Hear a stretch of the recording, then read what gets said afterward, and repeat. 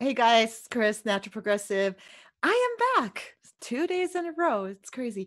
Today I have exciting guests with me. I have Sandy from the Environmental Coffee House joining me to just talk whatever the hell we want. We're going to do some root cause analysis. We're going to talk about the population issues, and we're going to make fun of Mike Lee and other ridiculous politicians.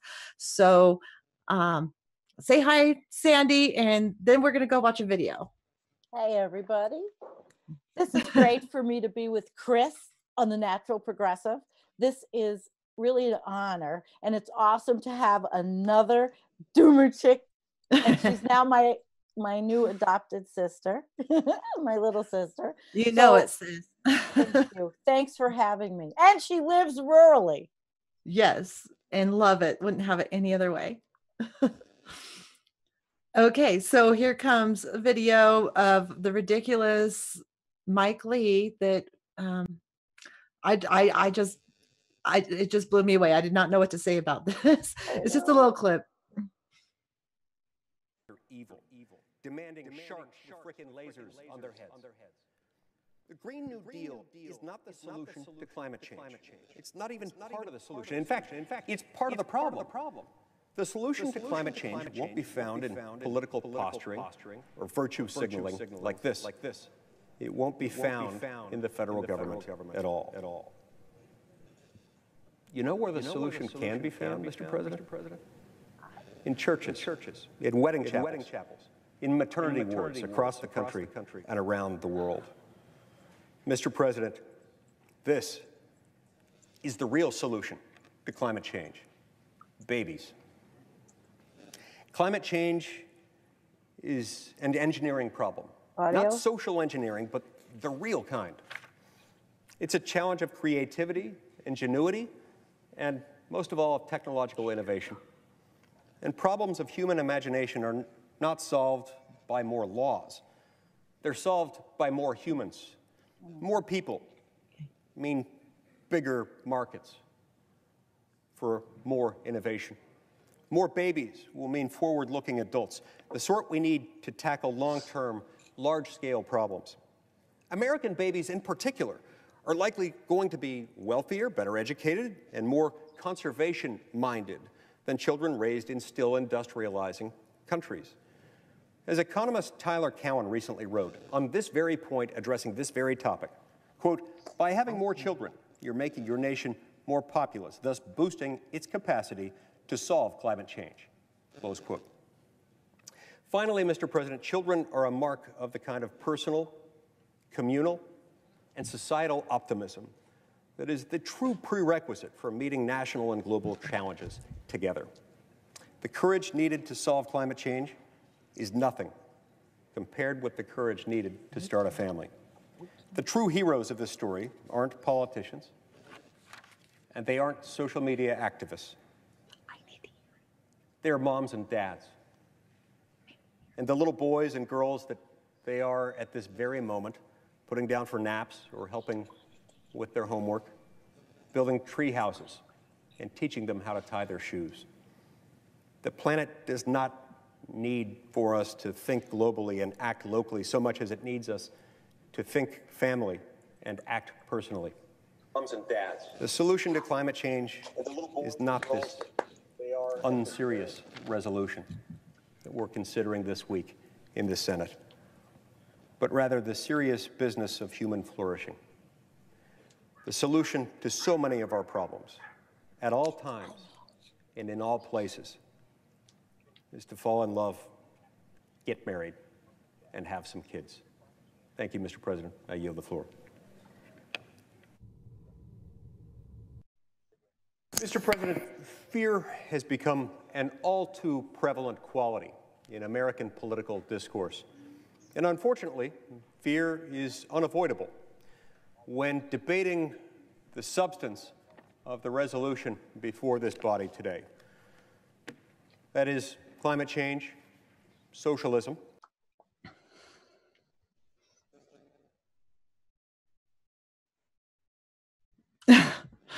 Okay, so I think he's half right. I think the Green New Deal is not the answer. However, he's absolutely wrong about having babies. Falling in love, getting married, whatever, great.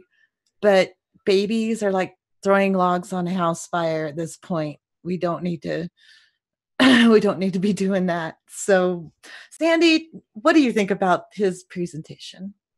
Well, what I wanted to say about when I heard what you said about the Green New Deal, and I think his critique is a juxtaposition from yours and from what what you say, and that I would like, just like you would, to see a future of degrowth. Not growing, not having the onus placed on having children everywhere in the world, people just taking the responsibility. But I have a question for you. Is he a Mormon? Yes.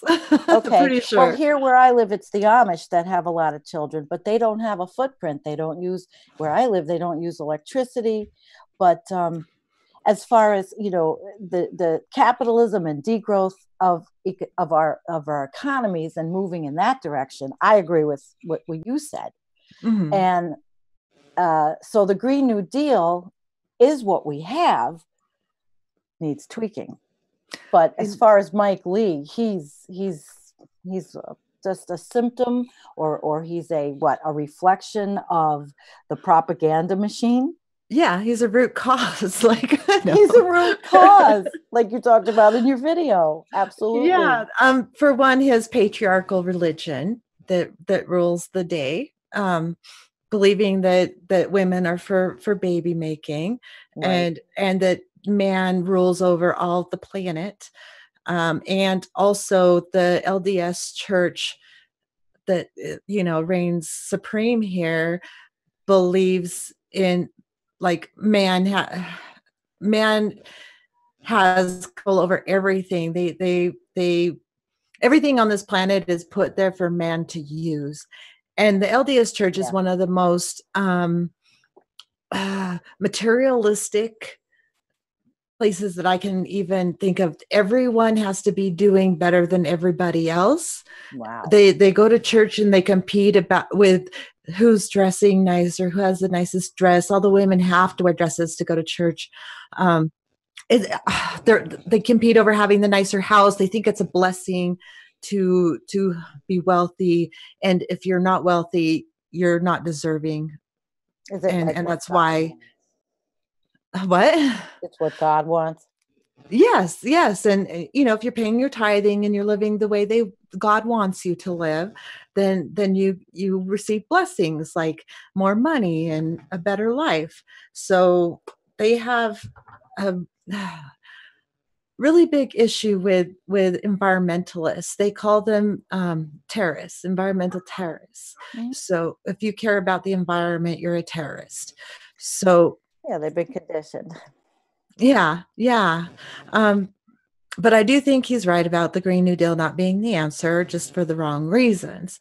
I believe it's not the answer because if you want to build as much as they want to build new infrastructure, you're going to be using up more resources. Either you're going to be extracting more from the ground, or you're going to be recycling.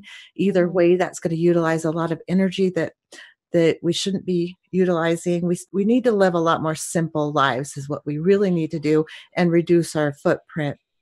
Is there a way then in the Green New Deal that the movement could be to open up for just repairing or fixing or keeping the status quo of this, not keeping the status quo, repairing what we have and not building anything new, and changing the paradigm economically?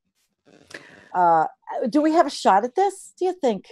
I don't have a lot of optimism, honestly, because even if you're just refurbishing what's already there, which is not going to happen already, they want to build new things. They want to build new dams, and dams have been very destructive to wildlife and to the salmon. And if you talk to Derrick, he would want to destroy every single dam there is that was man-made, and I don't blame him. Meanwhile, they're destroying beaver dams to restore flows to go to the human-made dams, and that destroys ecosystems. And everything man does is destroying ecosystems. And everything we build, everything we buy is taking from something natural. More ecosystems, more, more lumber that's milled, more metals and minerals that are mined from the ground are just taking and destroying natural ecosystems. 80% of the biodiversity loss is from resource extraction. And so I don't know. How do we stop ecocide? I mean, everywhere I go, every time I go out to go somewhere, it is just more evidence of we're not changing. We're not changing. They're still, even where I am, they're building, and it's, concrete and construction.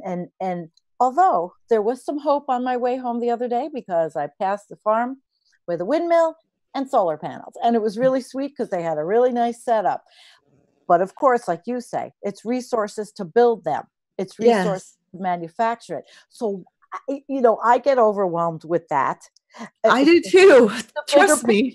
We make it so it's like this huge picture for us, because we don't know the root causes fully. I think both of us suspect. I mean, human history. Well, I know that the number one root cause is overpopulation. I can tell you that as a flat fact. Human overpopulation is definitely causing every single issue we have on our plate right now. I can tell you that as a flat fact. I don't even have to think twice about it and to say that. And we can we could take a poll from the people. I mean, not that it's a competition or anything, because it is a hard fact to accept that humans have caused all this. And yeah, you're right about the Amish people and not making as big a footprint as people that are participating in normal society. They're definitely, using the horse and wagons and all that stuff, farming their own food. I am a proponent of getting subsidies to people who do kind of that type of thing, and not to the big monoculture farmers. They need to just get rid of that.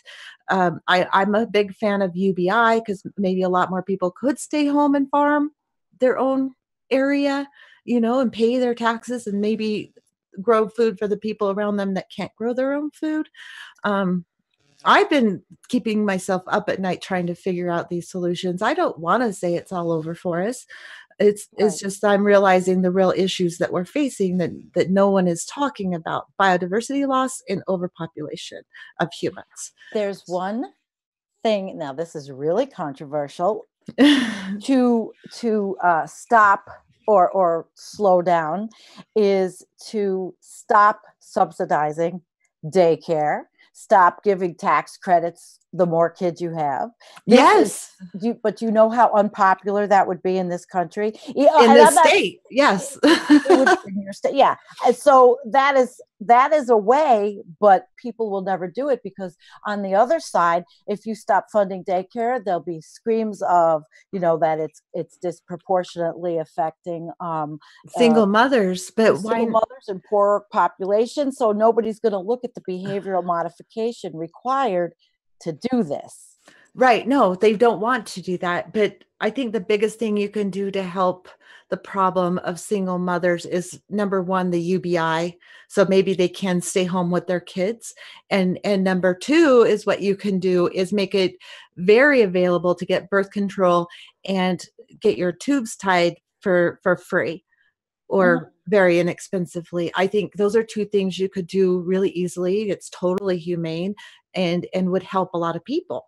So taking away the daycare advantage and the advantage of tax breaks for people who have a lot of children is a good thing. Maybe give somebody a tax break for not having kids or only having one child.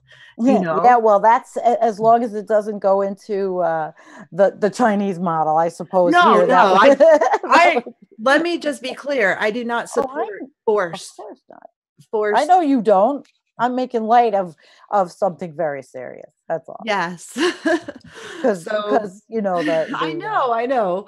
because when you start talking about population issues, that's the first thing that comes to people's mind is what happened in China. Sure. And They then you jump think of, from, like everything in this country. We go from black and white. There's no middle ground. Where's the gray right. area? We And don't you have think a of the gray Good Luck area. Club. Did you ever watch the movie The Good Luck Club? The Good Luck Club? Yes. It was kind of about that issue. It was devastating. And Really? it kind of showed how throwing the baby out with the bathwater could. Anyway, it was a horrible, horrible movie. It was just god awful to watch. My mom made me watch it. And probably because she was trying to push the idea that babies are, are precious and precious whatever. They are, but I wanted to. They are. I have no problem with babies. I wanted to bring up something else I found. Okay. I don't know if you found this one. It was really good, and it was the World Population History org, and they have all kinds of data on there. Man, this is really an interesting topic. I got on it with Birth Strike. I've always been on it because I've talked about it, how my age group, when I grew up, the thing was was not populating. The thing was, in the 60s, we grew up with zero population growth and programs that were geared towards not.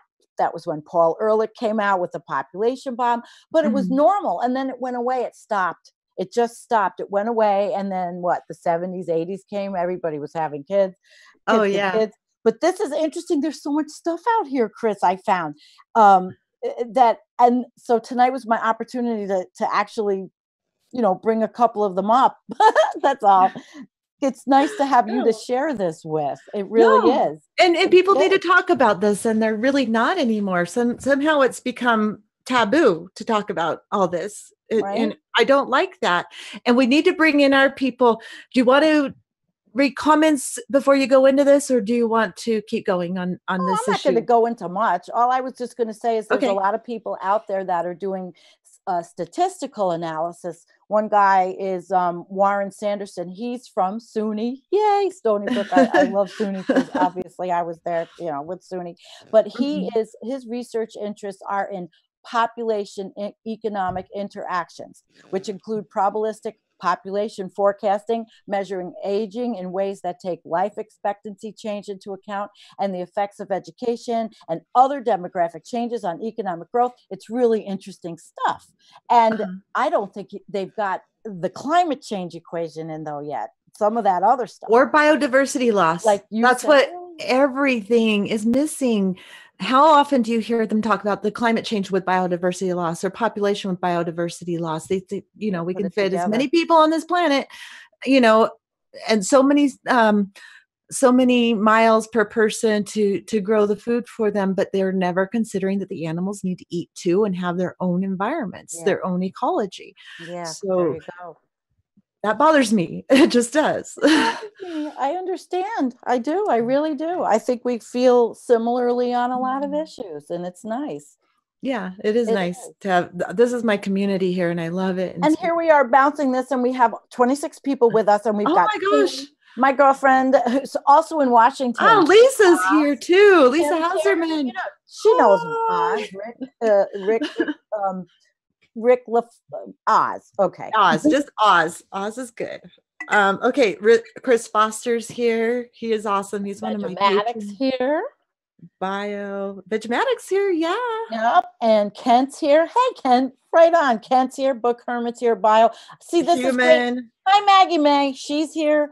Torstein's here. Torstein, yep. We have some good stuff going on here. So I didn't even get to read much of the comments, but yeah, well, we got to do that because this just isn't our conversation. This is our community conversation. So let me tell you something, Chris. When I first had Hambone on as a guest, the first interview with him, he flipped everybody out on my channel because of his overpopulation talk, and people were flipping out and saying, "Oh no, that's an elitist propaganda." No wonder he didn't want chat on mine. And people, but that was then. That's over 2 years ago, and things have changed a lot. Much because people that were saying, "Oh my God, except the Agenda 21 people," and we're not going into conspiracy here.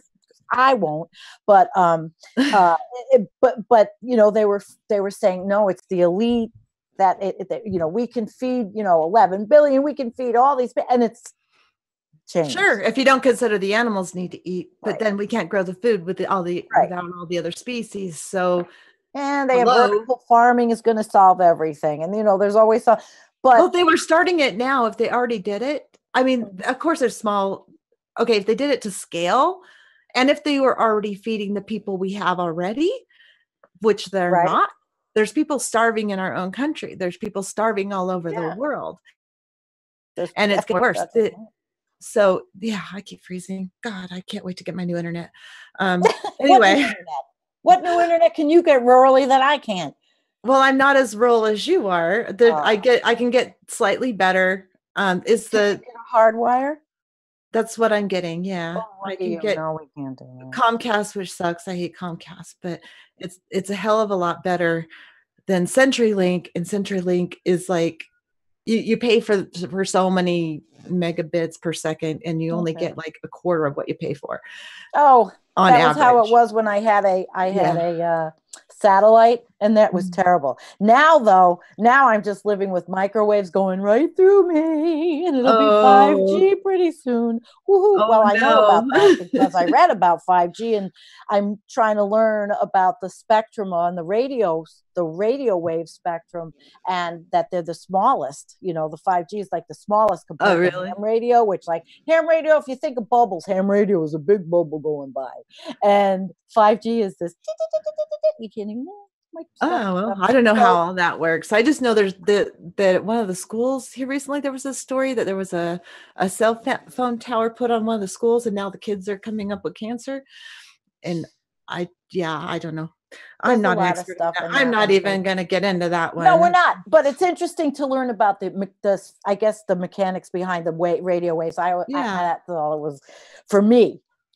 Yeah, because I just think about all these Wi-Fi signals bouncing off, and you know how many Wi-Fi towers I've been built, and I would love hardwire.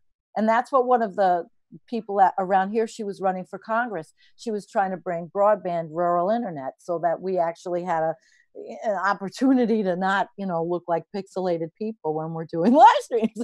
No kidding. Well, I would just like not to freeze. And not have my voice go weird because the signal sucks. Like suddenly I'll be like while I'm talking. It sucks really bad. Okay, guys, if you want to jump in the conversation, I'm looking now. So I see Chris said Belgium has stopped the 5G rollout due to health concerns. Yeah, I saw that I don't know if we put it up on the page, but other countries are way ahead of us as far as health concerns. A lot. Hi, Osama's here. Same time. Osama. Hi, Osama.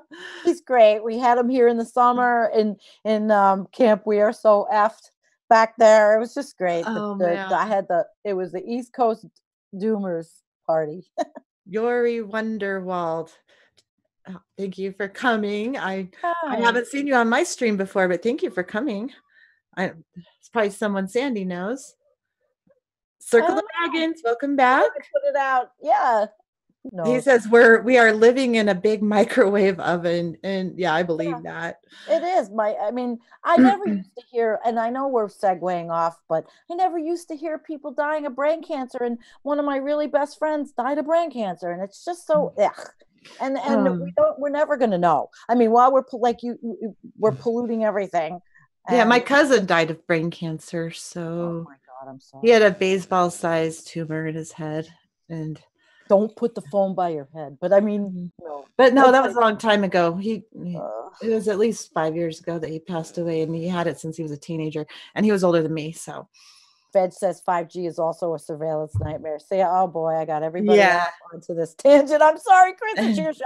No, it's great. This is our show. And I told everybody this would be more interactive because it's you and me, and I don't have a guest that I have to be careful not to butt in on, you know. So Oh. I like it. And Lisa's like said before that she's not going to comment because she's just going to be listening, and then she's commenting. Really? I Everybody's just have to make commenting. fun of her. I could see. I feel Ven hideous says every because of doomer is present. Hambo couldn't be here tonight. I talked to him earlier. He's oh going to dang a pickin' festival with Chris, who I again. met in Florida. Yeah, his friend from Austin. She's there. So he said to tell everybody hi. Aw. Okay, when you watch this later, Sam. Hi. Yeah, if he watches it later. If he watches it later. Babe, we're I here think he'll too. watch it. Oh, this is cool. So where do we want to segue on to next? Now that we went from population of 5G, and it sounds like we're talking like, we're the paranoid ones, but we're not. We're just realistic. I see us as I'm not trying to be paranoid. realistic. I don't see us as paranoid. I see us as realistic. There's a lot of paranoia everywhere. Mhm. And I happen to think that we are not in the doomosphere. I don't think we're paranoid. I think we have a special viewpoint that is able to step out. And it's not like, oh, it's a religion. We can step out and see everything. I just think we have this viewpoint where we can uniquely see the issues, Mhm. and we're not like in them. We're seeing Yeah, them we're from not afar. team cheerleading No. like a lot of people are doing, just cheerleading for their team. Whatever they say, they're going to go all in on. At least that's my viewpoint. I'm not going to cheerlead for one side or the other. Just not going to do it.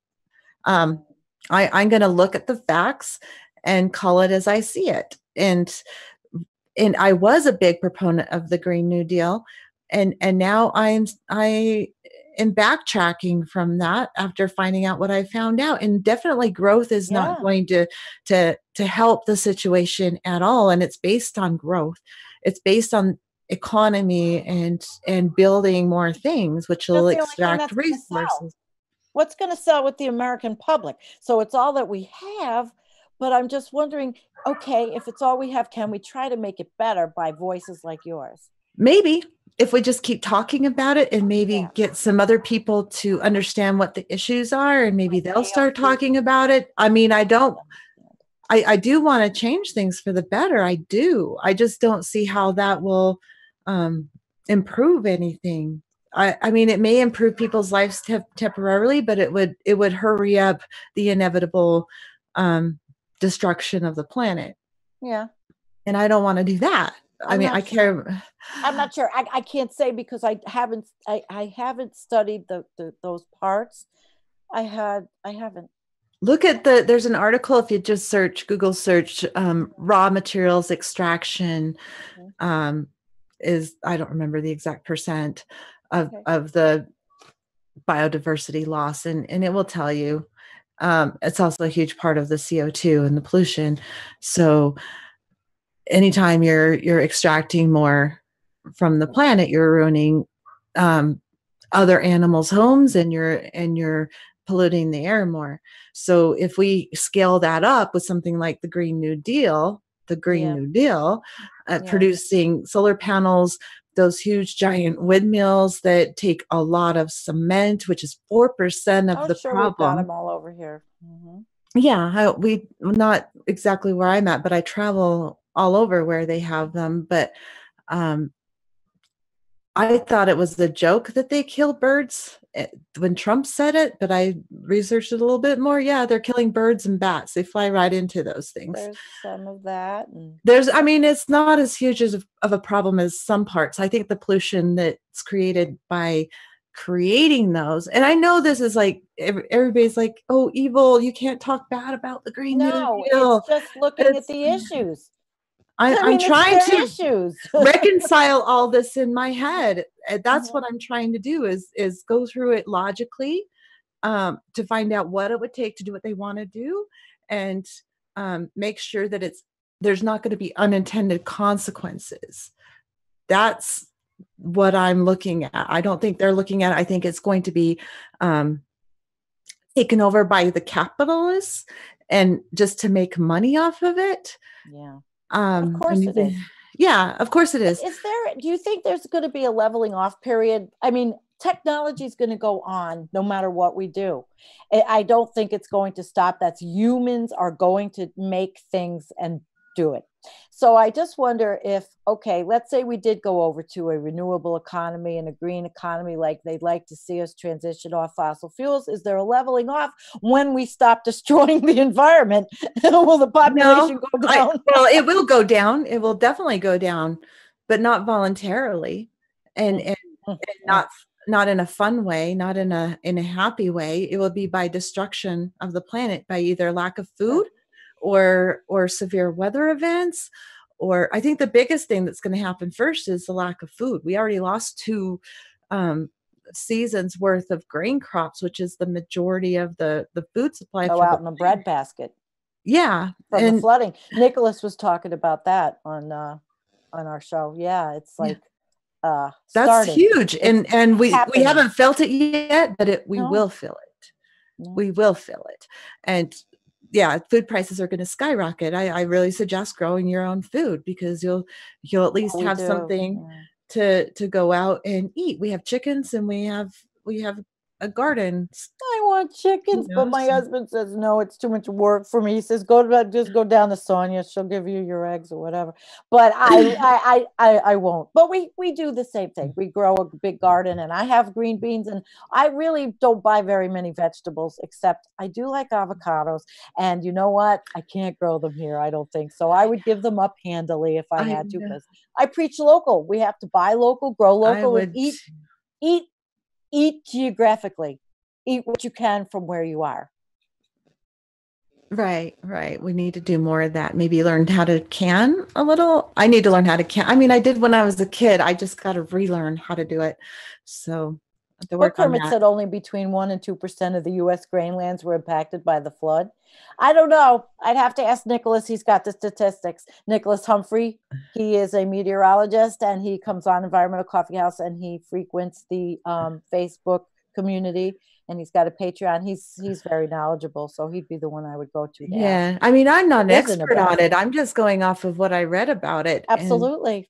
And it's the storage that they had that's the most devastating, and the fact that they won't be able to plant this year. And that's, when you look at what was flooded, it's a huge area. It is. It's not a small area. Okay, so let's go through some comments. Can you see them? You're more than welcome to read them too.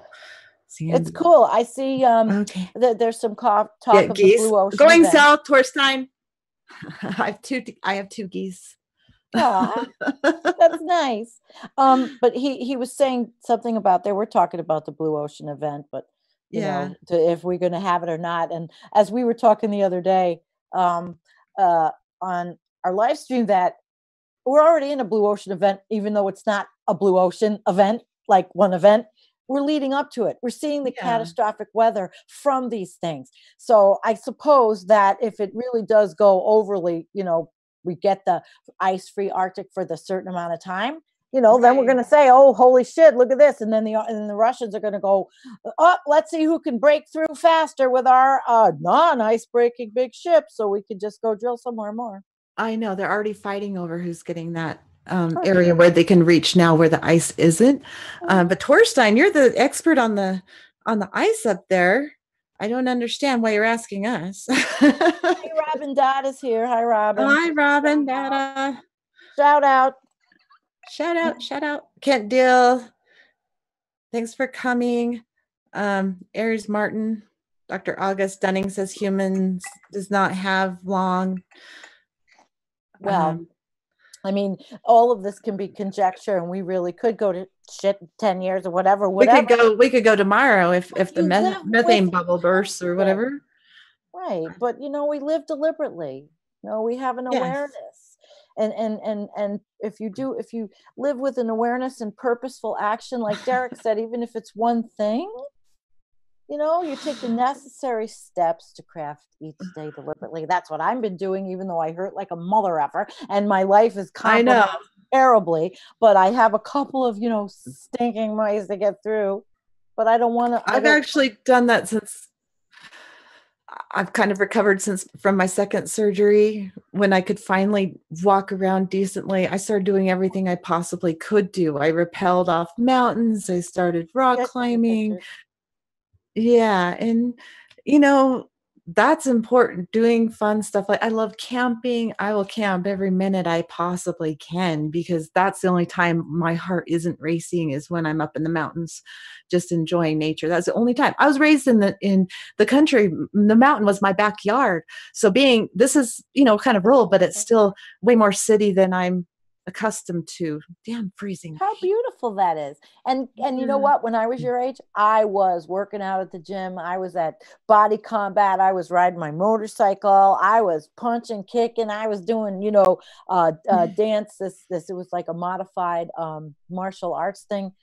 And before Doug, I was dating a black belt, so he was training me. It was pretty cool. That's awesome. But now 10 years later, it's like, holy shit. Remember what we were talking about before? I woke up and I let the medical establishment F me up. I put my faith where I shouldn't have. And I have now altered my life, or they have altered my life, and I don't know why, but it is what it is. So keep on going, Chris. You kick ass and do what you have to do. I will do everything I possibly can do. I'm hurt after it hurts like hell and I can't walk for a couple days, but I'm still going to do it. It's just important to me. Good. I went camping. I went camping with I know Chris and Sandy, but I will tell you, just bending to open the tent killed me. Because I don't know, I'm just got a pain problem. Who the hell knows what it is? But when I have my back issues, I understand because I can't even bend over to get a glass of water out of our water cooler because it hurts too bad. And a lot of our followers understand what we're talking about because they hurt too, because pain is epidemic and treating us bad. But I'm not going into that. Okay, I saw that. The head in the box hole spiel I did. Okay. We're going to read some comments because Osama, the rapture occurred in October 2011. Holographic Jesus came by and found 3 worthy of assassination. I believe he said there were 2 atheists and a Buddhist. I'm not sure what that's referring to, but I think it's kind of funny. Except for why the atheists and the Buddhists? Those are the last that need to go. Just you know what? I think that's true. When you look at all the other religions and all the idolatry and all the crap out there, the Buddhist seems to be the more sustainable, next to being an atheist and not having that at all. They're minimalist, or even our Native American indigenous people and the Creator and what they pray for is just it's lovely. I compared to some of these, but I'm not going to sit here and bash religion. That's what Jonathan does, doing his Jesus Crisis comic series. He doesn't bash religion. He just looks at the irony of all of it. So I try not to bash it. I just try to point out stuff that's like insane to me. Yeah. And hypocritical and ridiculous. Okay. What is J1? Someone help me. Do you know what J1 is they're talking about? Because Kirstein and... Wait, the J1 was born 30 years before Christ, according to an encyclopedia. I don't know, sweetie. I don't know. Doesn't anybody know? Ascension? I don't know. I'm sorry. I'm a very bad everything. Okay, I misread assassination as ascension. What does ascension mean? Ascension is and I think in religious terms, the ascension is like the coming of something. At least that's what I kind of glean at it. You're ascending from the sky. Ascending. Okay, that kind of makes sense. I don't know. I'm not religious. I don't. David Koresh ascended somewhere and led a flock of people in a cult. I mean, you can, but that's silly. That stuff is silliness to me. It's just silly. I don't understand religion. I never have, but I guess that's what you get when you're raised by a Jack Mormon and an atheist. So I just don't get it. Let's see. Basil going split wood with my grandfather's going up, not coming down. Ascension, going up. I had the wrong. Oh, really? I had the wrong. I was like coming out instead of not going down, coming out, but it's going up. Okay, that makes ascend. Okay, I don't know. Ascend means to go up. Okay, you guys, I'm sorry. I had too much schooling. old Todd Torstein, you know, I'm a dipsy doodle sometimes. But that's all right. No, we know what descending and ascension is. Obviously, I just forget it. Well, I know it. Biblical terms. Does anybody know what it is in biblical terms? Oh, here it is. Chris says to lift to the heavens, raised a Catholic, but I know better now. All right, there you go. Okay. The important comment. Wait.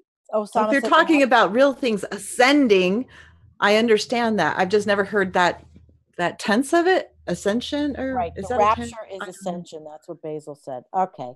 I think we're done with this.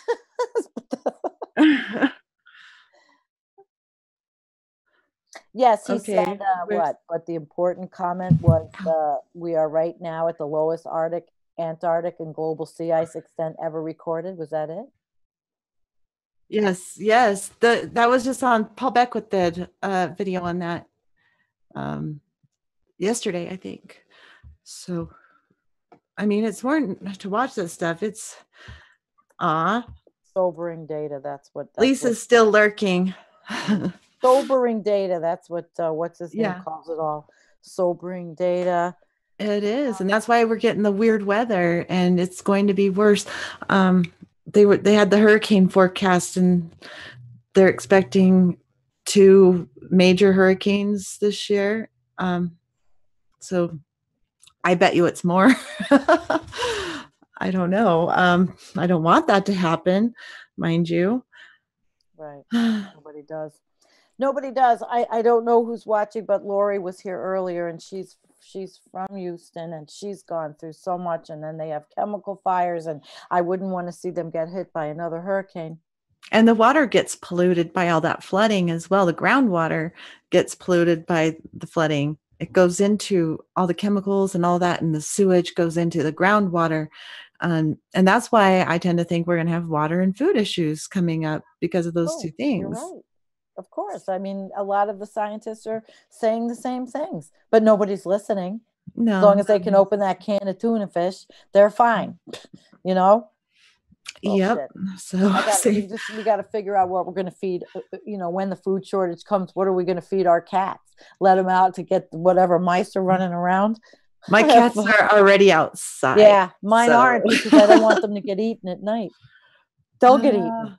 There's a food chain around here. They would get eaten if we brought them in because of the dogs. Oh, your dogs are eaters. They don't like cats. They will eat them. I do have a barn, so they're barn kitties. That's cool. One of them had a baby, and none of them are mine. They adopt me. I just get these stray cats that show up, and I feed them, and then they keep coming back and coming back and coming back. I can't help it. If they're there, I'm going to feed them. That's exactly what happened here. They're cute and adorable, and and their family. Ours are family, 5 of them. They are now. Yeah, and they all have. There's this one that was a teen. She was a teeny. She was probably about 5 months old when she showed up here, and last year, and she wouldn't even let anyone touch her, but she would come and eat, and eventually she let us kind of touch her and all that. And now she had babies, and she had 5 of them. 4 of them died. The other one, I opened up the tack room door and went inside and just to plug in my phone inside. And then I went to walk out, and there she was. She dragged that baby, and the one left, into the tack room and set her up on top of this chair, and is like rolling over on her back, like, look what I got. And so now she's tucked in the tack room instead of, we have all kinds of shelters for them out there. Kent says no cat videos, please. He's I don't on Facebook. He's probably seen me put up stupid cat videos. Facebook, okay. I don't like to put up too much serious crap on my personal Facebook, but recently healthcare has been pissing me off, so I put up some stuff on that. Yeah, I had to change. My mother looks at it. I got death threats on my other Facebook, so I changed it, put a different my real name on there instead of the name everybody knows me by. Threats? Yeah, well, yeah, threats. I haven't gotten any of that, but I'll blow them away anyway. Well, yeah, people I personally know here around me. You know, it doesn't bother me if it's no one I know, but someone who knows where I live and is saying they know where I live. And all of our stupid politics, who gets that worked up over politics where they want to actually hurt somebody? In the United States now? Yeah. Well, no, this was 4 years ago. that this happened. It still got worked up because we had a Black president. So Yeah. people hated that in the rural areas. Yes, yes, and I'm in a rural area, and they didn't like my progressive views at all. So, yeah. Well, I'm in with all the progressives around here, and we, even though it's pretty red here, we still had let's see, we had 241 votes for Jill, and in the election, I mean, or 251 votes. I mean, I looked at the data the other day with in a book, and it's just probably broken out like your state in this probably. And I'm in New York, but we're just red. It's all red except for Salt Lake County. That's it. Okay, so humans' backyard gardens sometimes use more chemicals per yield than monoculture, and that may be true. That's why I'm pushing organics. Actually, in my garden, all I use is organic fertilizer. I don't use any sprays to kill insects or anything. So I don't know, but agriculture is a big thing. I mean, even the smaller farms here are polluting with this lake called Utah Lake, and it's a fairly big lake, and we keep getting these algae blooms in it, and they'll just say, oh, there's a big algae bloom in the lake, don't go near the water and all that, and they don't ever say why it's there, and it's because of all the farms, the fields draining their chemicals through the irrigation that end up in the lake, and then it feeds the algae, and then they get these huge blooms that are very poisonous to people and animals and fish. And that's happened the last 3 years. We've had those big algae blooms there. And then in the river, there's the Jordan River also had algae blooms in it. And it's all from runoff from the farms. And they're not huge monoculture farms. They're smaller farms, right. Huge compared to like my backyard garden or something, but they're not big monoculture farms, just some, alfalfa fields and things like that, some corn fields. That's pretty much what we have here, alfalfa and corn. Here in Lake Erie, well, back where I used to live, runoff was in Lake Erie. They had the big problems, but some of it's been cleaned up. Yeah, well, every waterway has this issue. It's really pathetic. True. Last night I saw this movie, No Napple, and it was a local documentary, and it was excellent. And when I saw that Missouri River and knew that, they were putting the pipe through it, and that's these people's life and livelihoods, I was sitting there crying. And we fought the pipeline here, and it was going to go through and under all these streams and waterways, which would affect our water in my county. And then it was going through underneath the Niagara River, up through Niagara County and to Canada to go for sale. And now we defeated it, but now we have to fight it again. They did eminent domain and took a girlfriend's property of mine, and they haven't even gotten the permits to do it. So it's a new fight we're ramping up around here again, and I'll be involved in it because I don't want pipelines coming through. So that's local activism, is just if you don't, pay attention. But what's going on in your own backyard, because the bigger picture is so big. Yeah, exactly. Okay. I got to read these comments. My phone is going to die any second. Okay. So I got to hurry and read a couple comments. Osama, fly predators. Yes, I have tried those and they did work okay. What worked better though is chickens and geese and ducks. They work fabulous. I really like them for that. And I don't know, but they were all right. But you have to buy them every year and they're a pain in the butt. I just like my birds. But they are a lot more natural than spraying. The tree swallow showed Basil. The swallow showed up today and found a snowstorm instead of flying insects. Luckily, it's supposed to get up to 60 tomorrow. Yeah, and then it could turn back and get cold again. But Basil lives about 2 hours from me. Oh, really? That's cool. Yeah, he's in the same congressional district. Oh, that's crazy. Okay, I have almost no battery. If you have to take over, Book Herman, alfalfa, corn, both things that should not be growing in the middle of the desert. You are absolutely correct. You can't plug it in, Chris? Kendall, I don't have my plug in here. I'd have to. I forgot to bring it in. Kent Dill, I guess he's leaving. Bye, Kent. Bye, Kent. Well, we're going to get off soon because we've had almost an hour and Chris's phone is going to die. It's been fun. Yeah, it has been fun. We'll definitely have to do this again. So Bio, hi Bio. I didn't know if I said hi to you yet. Bio's awesome. Well, it's been my last couple, so that's cool. Thank you for coming. I always appreciate it when people show up, especially the same people. On, so we'll get off here and we'll go over there. I'll go over and hop on there. And hi Vegematic. Yeah, go. Yeah, that was super fun. We definitely need to do this again. Yeah, definitely. Come on my channel and we'll do it on Facebook. That sounds fun. And Kim, if you're still here, thanks for coming. Yeah, all of you, thanks for coming. Thank you very, very, very much. Now that Osama's here, thank you so much for helping me get my internet. You and all the other patrons are amazing. Thank you so much. Wonderful. Really appreciate it. Yeah. Good for you. Okay.